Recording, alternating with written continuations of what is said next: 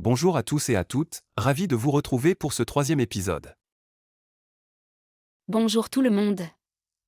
Aujourd'hui, nous allons nous poser une grande question, une question très difficile. Les hommes et les femmes peuvent-ils vraiment être de simples amis, sans aucune arrière-pensée amoureuse? Ah, le grand débat classique. C'est un sujet qui provoque toujours beaucoup de discussions passionnées, que ce soit à la machine à café au travail ou lors des repas en famille. Parfois, l'amitié se transforme en amour, et cela change tout. Oui, c'est vrai. D'ailleurs, beaucoup de gens pensent que l'amitié est la meilleure façon de commencer une relation amoureuse solide.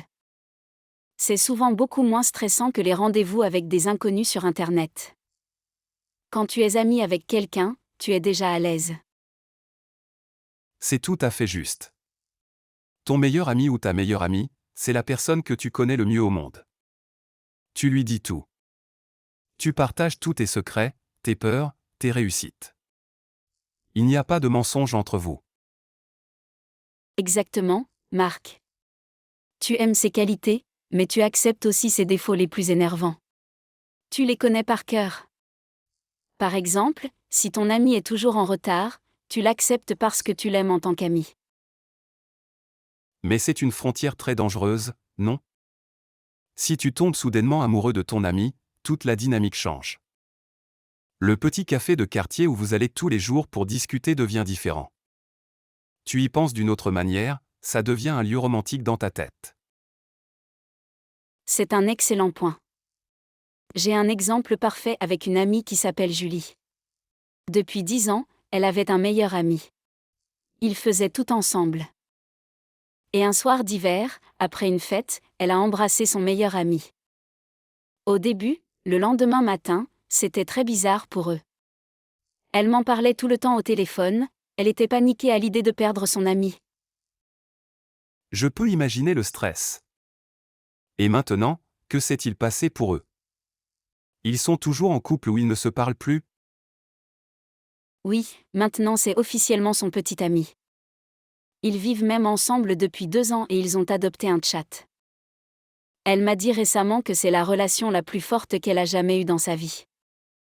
L'amour est basé sur une confiance totale.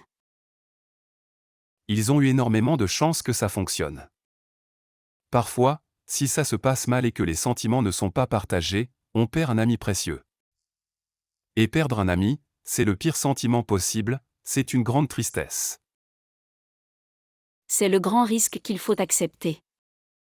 Mais si tu l'aimes vraiment, si tu penses à cette personne tous les jours, tu dois essayer, non? Tu dois leur dire la vérité, à tes amis. Il faut être honnête pour ne pas avoir de regrets plus tard. Je suis d'accord avec toi, Sophie.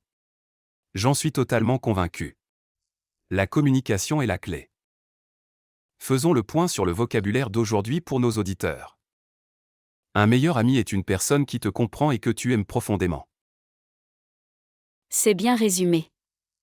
Tu lui fais confiance au quotidien, tu les acceptes complètement, avec leurs qualités et leurs défauts. Mais attention, transformer une belle amitié en amour est beaucoup plus risqué que de rester simplement amis. Cependant, si vous avez des sentiments forts et persistants, vous devez y réfléchir sérieusement. Ne laissez pas passer une belle occasion d'être heureux.